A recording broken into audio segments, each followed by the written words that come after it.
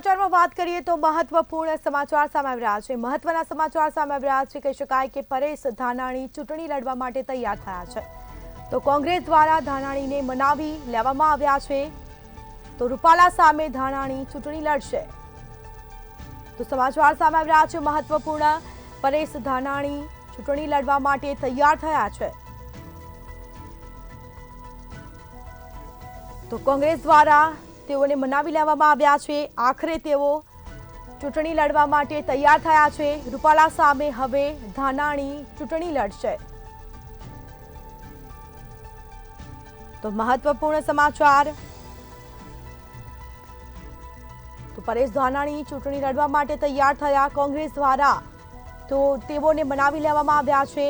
રૂપાલા સામે ધાનાણી ચૂંટણી લડશે।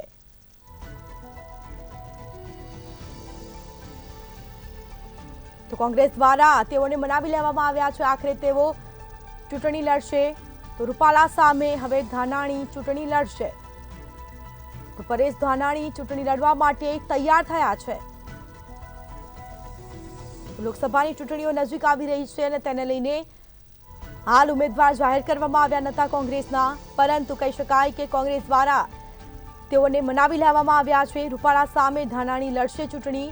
રાજકોટ લોકસભા બેઠક પર રોમાંચક જંગ નક્કી જોવા મળ્યું છે। તો સમાચાર પ્રાપ્ત થયા છે મહત્વપૂર્ણ, કોંગ્રેસ દ્વારા ધાનાણીને મનાવવામાં આવ્યા છે, મનાવી લેવામાં આવ્યા છે। રૂપાલા સામે હવે તેઓ ચૂંટણી લડશે। તો રૂપાલા સામે ધાનાણી લડશે ચૂંટણી। કોંગ્રેસ દ્વારા ધાનાણીને મનાવી લેવામાં આવ્યા છે। પરેશ ધાનાણી ચૂંટણી લડવા માટે તૈયાર થયા। તો રાજકોટ લોકસભા બેઠક પર રોમાંચક જંગ નક્કી જોવા મળી।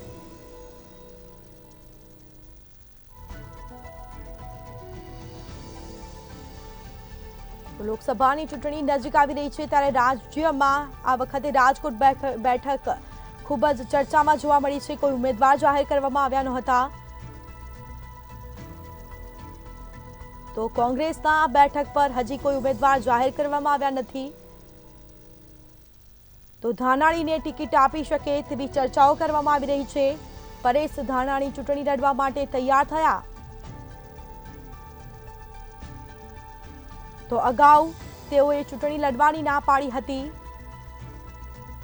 તો આજે રાજકોટથી કોંગ્રેસના કાર્યકર્તાઓ પરેશ ધાનાણીને મનાવવા અમરેલી પહોંચ્યા હતા અને જે બાદ કહી શકાય કે તેઓને મનાવી લેવામાં આવ્યા છે।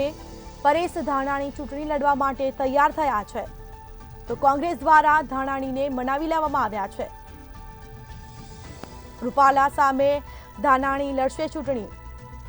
વધુ વિગતો સાથે સંવાદદાતા મેહુલ દુધરેજો આપણી સાથે ફોન લાઈન પર જોડાયા છે। જી, રાજકોટની એક બેઠક પર ઉમેદવાર જાહેર કરવામાં આવ્યા નથી અને હાલ કહી શકાય કે કોંગ્રેસ દ્વારા ધાનાણીને મનાવી લેવામાં આવ્યા છે, શું માહિતી?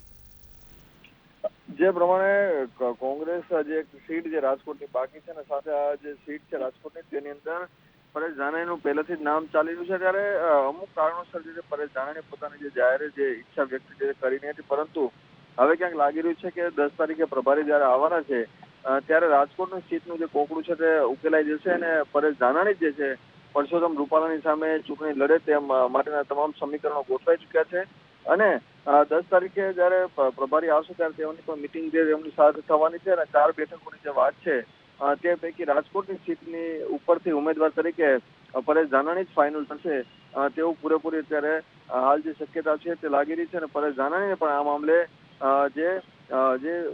જે તમામ જે લોકો જે છે પ્રદેશ પ્રમુખ સાથેના જે મોટા હોદ્દેદારો છે તેમણે પણ મનાવી દીધા હોય તેવું લાગી રહ્યું છે અને તેને ધ્યાનમાં રાખીને પરેશ ધાનાણી આગામી દિવસોમાં ઉમેદવાર તરીકે જાહેર થાય તે પૂરેપૂરી શક્યતા જોવા મળી રહી છે। જી, તમામ જાણકારી આપવા બદલ આપનો આભાર। તો પરેશ ધાનાણી ચૂંટણી લડવા માટે તૈયાર થયા। કોંગ્રેસ દ્વારા ધાનાણીને મનાવી લેવામાં આવ્યા।